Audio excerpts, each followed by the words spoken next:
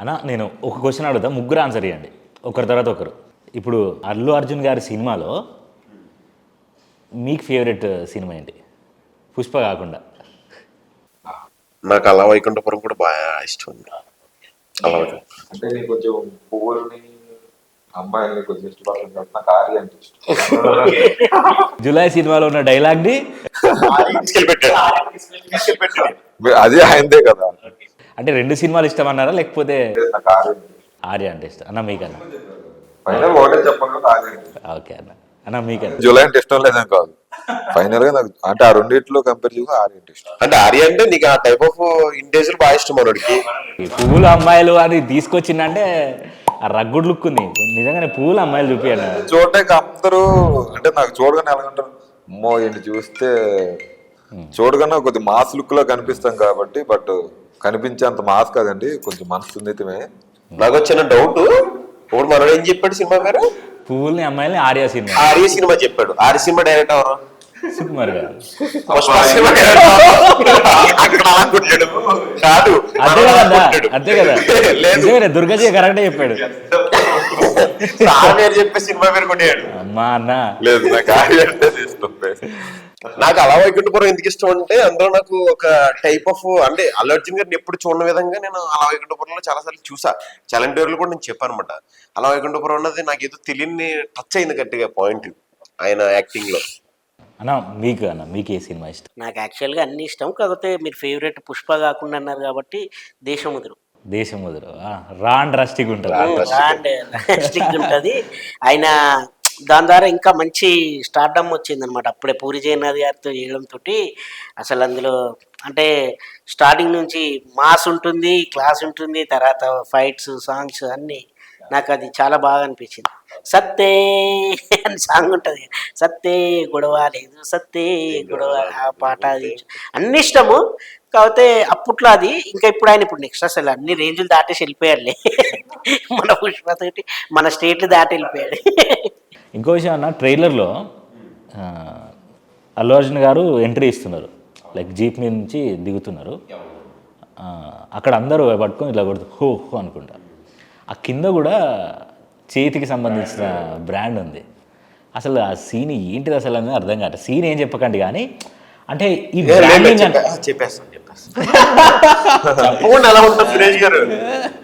చెప్పండి మరి, పర్లేదు చెప్పండి. ఇప్పుడు సీను అంటే ఆ బ్రాండింగ్ ఏదైతుందో అంటే కంప్లీట్గా సినిమా మొత్తంలో ఆ బ్రాండ్కి సంబంధించి ఏమైనా పర్టికులారిటీ ఉంటుందా?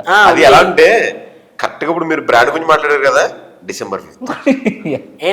అలా ఇది చెప్పడానికి అన్న చెప్పేద్దాం అన్న. యాక్చువల్ గా ఆ బ్రాండ్ చూసే మాకు 25-30 బ్రాండ్స్ వచ్చాయి. బయట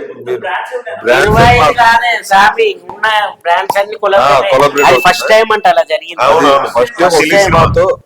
సో ఆ బ్రాండ్ కున్న వాల్యూ అలాంటి లేదు. బన్నీ గారు చెప్పారు, వీళ్ళిద్దరు తెలియదు. ఏమన్నాడు తెలుసా, పుష్ప అంటే పేరు కాదు, ఇట్స్ ఏ బ్రాండ్ అని చెప్పి కొట్టాడు. అది చేయకూడదు, అది బ్రాండ్. ఆ బ్రాండ్ ని చూసి ఇండియాలో కాదు వరల్డ్ వైడ్ లో ఉన్న బ్రాండ్స్ అన్ని కొలాబరేట్ అయ్యాయి already. That is the brand. ఇంకా ఇది బ్రాండ్లలో టాప్ నంబర్ 1. చాలా అంటే చాలా ట్రాన్స్పరెన్సీ ఉందన్న మీ అక్కడ. అన్నేమో December 5th అంటాడు. ఇంకా డెప్త్ వెళ్ళాలంటే నిజం మీరు చెప్పింది December 5th. ఓకే అన్న, ఇప్పుడు ఈ రగ్గుడు, ఈ బ్రాండ్స్ అన్ని పక్కకు పెట్టి కొంచెం కాస్త రష్మిక గారి గురించి, కొంచెం కాస్త శ్రీలీల గారి గురించి మాట్లాడుకుందాం. అసలు రష్మిక గారు చూస్తే ఆడియో లాంచ్లో, ప్రీ రిలీజ్ ఈవెంట్లు ఏవైతే ఉంటాయో చాలా స్వీట్గా ఉంటుంది, ఇలా చెప్పుకుంటూ. సెట్లో కూడా అలానే అందరితో స్వీట్గా ఉంటుందా? రష్మిక గారికి నాకు ఒక మ్యానరిజం ఉంటుంది. అంటే యాక్చువల్లీ నేను తన ఇన్స్టాగ్రామ్ ఫాలో అవుతాను మేడం గారిది.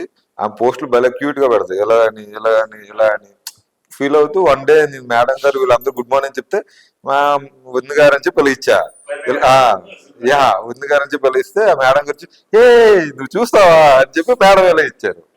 అప్పటి నుంచి ఈ కన్వర్జేషన్ నేను ఎప్పుడు ఆ మేడం ఎప్పుడు నేను ఇలానే అంటాను, గుడ్ మార్నింగ్ చెప్పు మేడం వదిన గారు అని ఇలా అంట అంటారు. సో వదినమ్మ అన్న అంటే వందనమ్మ ఎట్లా అన్న. సో అల్లు అర్జున్ గారికి మీకు అన్న అన్నమాట ఇప్పుడు. అవును, పుష్ప అన్నయ్య. అసలు ఎలా ఉంటుంది అంటే, షార్ట్ స్టార్ట్ అయిన తర్వాత అందరు క్యారెక్టర్లకు వెళ్ళిపోతారు. రష్మిక గారు కూడా వెళ్తారు. అంటే షూటింగ్ టైం కాకుండా మిగతా టైంలో అందరితో అట్లనే జోబియల్గా మాట్లాడే వాళ్ళ, లేకపోతే వెళ్ళి క్యారవాన్లో కూర్చునే వాళ్ళ? లేదు జోగిల్ గా మాట్లాడి కొంచెం మాట్లాడుకుంటూ సరదాగా అప్పుడు ఆవిడ వెళ్ళేది అనమాట. ఓకే చాలా సరదా ఫన్నీగా ఉంటుంది మాకైతే. చెప్తున్నానుగా ఒక పుష్ప అనేది ఒక కుటుంబాన్ని ఇచ్చింది మాకైతే. అన్న సూపర్ అన్న సూపర్. మీరైతే చాలా ఇన్డెప్త్ చెప్తున్నారు అన్న ఆన్సరు. మేము పై పని చెప్తున్నాం. అర్థమవుతుంది. ఓకే, సుకుమార్ గారు ఎన్నిసార్లు మైక్ ఇసిరేసినాడు సెట్లా? ఎందుకు విసిరేస్తాడు? ఇసిరేసినట్టు మేము విన్నాం అన్న. ఇసిరేయలేదు అని చెప్పకండి. విసిరేలేదు ఆ, అంటే మేము ఉన్నప్పుడు విసిరేయాలి. ఎప్పుడైనా మీరు ఉన్నప్పుడు విసిరేశారేమో, అందుకే నేను లేదు కదా అన్న, నేను మీరేమన్నా డ్రీమ్ లో చూసారేమో కలర్. డ్రీమ్ లో కాదు, అంటే చెప్తే విన్నా నేను. విన్నారు కదా, మాకు తెలియదు, మేము లేము ఇక్కడ. సుకుమార్ గారు కొంచెం అరగంట అవుతారు, అదే కోపం చూపిస్తారు, తిడతాడు, చాలా ఎక్కువ మాటలు మాట్లాడతారు అని చెప్పేసి. మేము ఉన్నప్పుడైతే అలాంటివి జరగలేవు. మేము ఉన్నప్పుడైతే మాకు సీన్ చెప్పడం, ఎంతసేపు సీన్లో అరవడాలంటే ఎవరైనా వెనకాల అక్కడిక్కడ సీన్ అంటే యాక్షన్ అని చెప్పినాక కూడా కదలడాలంటే ఏయ్ నీకే కరెక్ట్ నించో అని చెప్పేసి అంటారు. అది కూడా డైరెక్టర్ అన్నాడు. పక్కన అసిస్టెంట్ డైరెక్టర్స్ వస్తే వాళ్ళు చూస్తుంటారు వీళ్ళందరినీ. డైరెక్టర్ గారు చూసేది హీరో హీరోయిన్ మెయిన్ క్యారెక్టర్సే. అంటే అవన్నీ గమనించిన తర్వాత వెనకాల ఎవరైనా ఉంటే ఆయన అన్నాడు, పక్కన చెప్తాడు, అరే ఆడు బ్యాక్గ్రౌండ్ లో ఆడు కొద్దిగా కదులుతుండు, ఇంకో టేక్ అవుతుంది కదా, టైం అవుతుంది, కొంచెం వాడికి చెప్పంటాడు అంతే తప్ప అరవడాలు అవన్నీ ఉన్నాయి. సార్ కూడా మానిటర్లు చూసి ఇదిలా ఉందా అనుకున్న టైంలో డిపార్ట్మెంట్ ఆయన ఉంటారు, ప్రవీణ్ గారు చెప్పి వచ్చేస్తాడు. ఆయన వచ్చేసి ఎరా ఏం చేసావు అంటే ఏం చేయలే బాగా చేసాను, అక్కడ ఐ బ్లింక్ ఎక్కువ ఎందుకు చేశారు అక్కడ అంటే ఆయన అమ్మ ఇంత మందిలో కూడా గుర్తుపెట్టి ఉన్నాడు అనుకుంటాను. నిజం ఐ బ్లింక్ ఆ ప్లేస్ లో ఐ బ్లింక్ ఎందుకు అలా చేసావు, నువ్వు పక్క ఎందుకు తిరిగో, ఇవన్నీ కూడా ఆయన గుర్తుపెట్టుకుని చెప్తుండే అనుకుంటాను. ఆయన ఏమో సుకుమార్ గారు చెప్పారు, లేకపోతే ఈయన కూడా అంటే అంతమంది ఆర్టిస్ట్ ఒకే ఫ్రేమ్ లో ఉండగా ఒక్కడు మిస్టేక్ చేస్తే పరిగెత్తుకుని వస్తారండి. నిజంగా టీం కూడా నిజం డైరెక్షన్ డిపార్ట్మెంట్ మాత్రం గ్రేట్ అండి. వాళ్ళు నిజంగా మాకు ఇచ్చిన సపోర్ట్ కూడా తక్కువ సపోర్ట్ కాదు. మేము బాగా చేయకపోతే బాగా చేయండి రా రే, మనకి లైఫ్ లో ఇయ్యే కాబట్టి మీరు ఇదే లైఫ్ కింద ఫీల్ అవ్వండి, ఓకేనా అంటే మన లైఫ్ అనుకుని వచ్చాం కదా. వాళ్ళు కూడా ఏంటంటే మనకు సపోర్ట్ గా చేసి సుకుమార్ గారి టీంలో ప్రవీణ్ గారు, వెంకట్ గారు, నెక్స్ట్ చిన్న ప్రసాద్ గారు, పెద్ద ప్రసాద్ గారు అని చెప్పి ఆల్మోస్ట్ వాళ్ళు ఇచ్చిన సపోర్ట్ కూడా మామూలు సపోర్ట్ కాదండి మాకు. ఇంకోటి భయ్య, ఇప్పుడు ఆ డైరెక్షన్ టీం ఉంది కదా, పేర్లు చెప్పారు కదా, చాలా మంది ఉన్నారు. అంటే టెక్నికల్ గా కూడా ప్రకాష్ మాస్టర్ వీళ్ళందరూ కూడా మాకు మంచి సపోర్ట్ చేసేవాళ్ళు.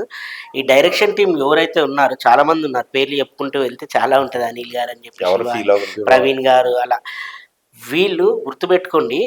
నెక్స్ట్ ఒక 3-4 years లో ఒక్కొక్కరు ఒక్కొక్క మంచి డైరెక్టర్ కాబోతున్నారు. ఈ సినిమా ద్వారా అంతా నేర్చుకున్నారు. అంటే వాళ్ళంతా ఇదే కాదు, వాళ్ళు కూడా చేశారు కదా అంటే ఈ 5 years వాళ్ళంతా లర్నింగ్ అయిపోయింది. వాళ్ళకి అసిస్టెంట్, అసోసియేటెడ్, కో డైరెక్టర్ అంతా ఏమేమి ఉందో నేర్చుకున్నారు.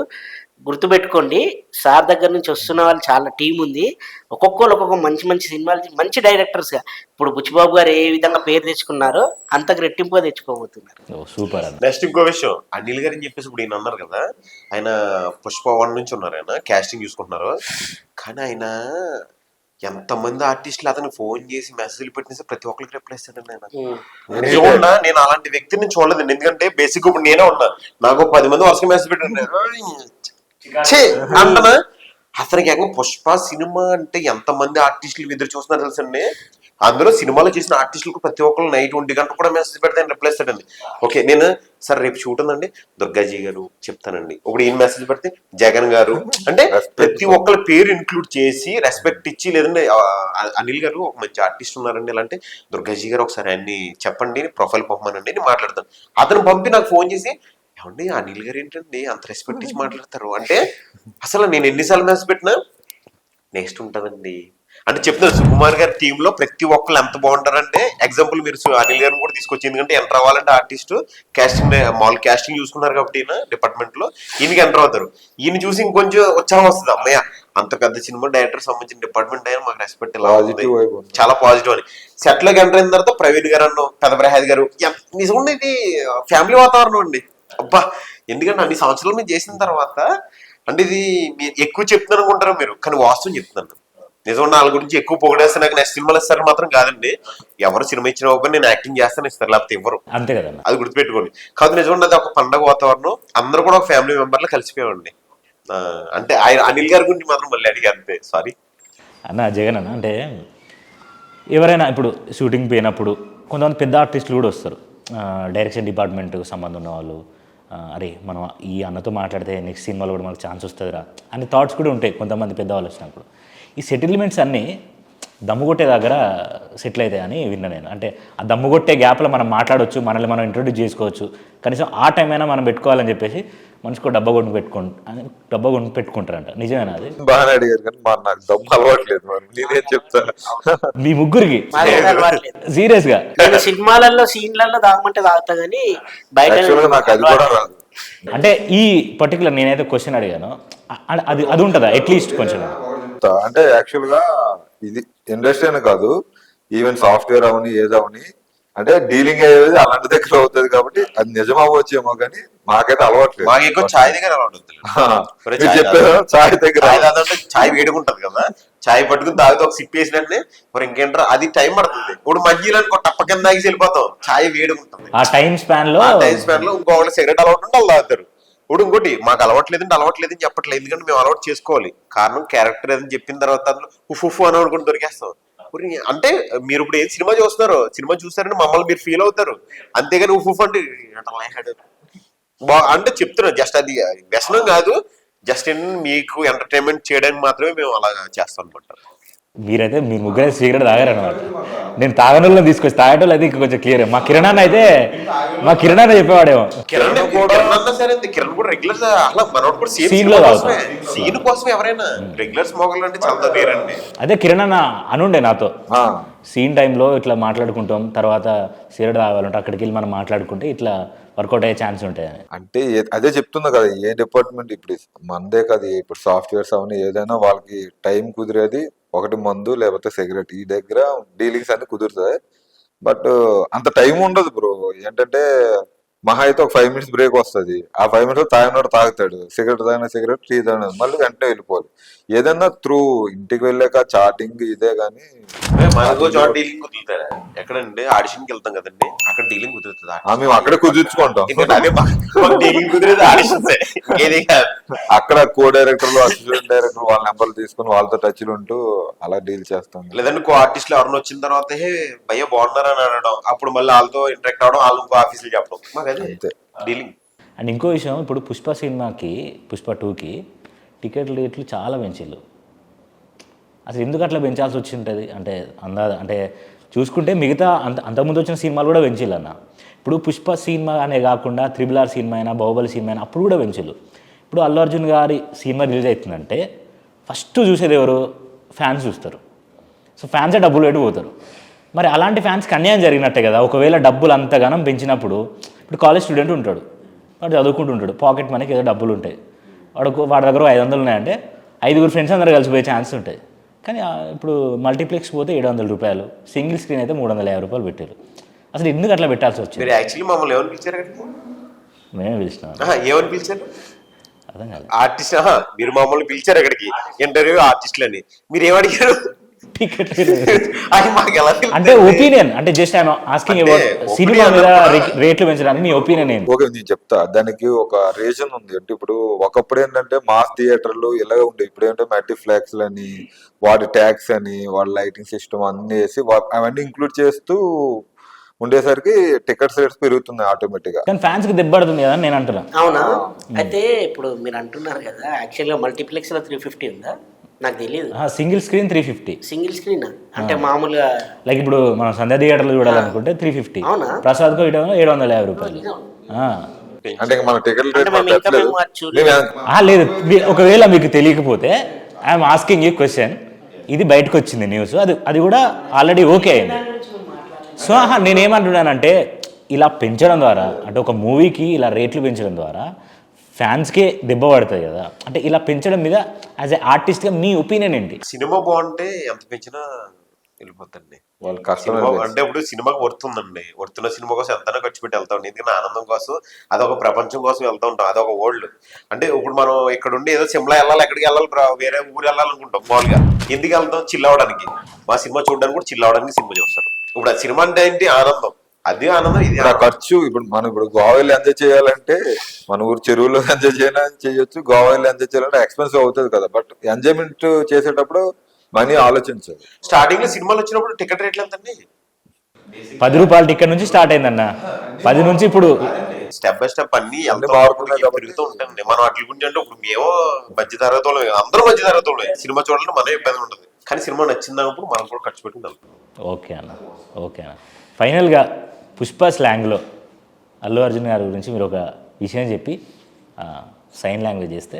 పుష్ప అంటే ఫ్లవర్ అదే ఏదైతే మనం మా అనంతపూర్ లాంగ్వేజ్ ఉందో ఆ స్లాంగ్లో మాట్లాడాలి. ఏ అబ్బా మా పుష్ప December 5th వస్తే ఉంటాం మేము సినిమా చూసి ఎట్లున్నా చెప్పండి అబ్బా. పుష్ప అంటే ఫ్లవర్ అనుకుంటువా, ఫైర్ పార్ట్ 1 ఇది ఫైర్ కాదు, వైల్డ్ ఫైర్. వైల్డ్ ఫైర్ అస్సలు తగ్గేదల్లా ఇదప్ప.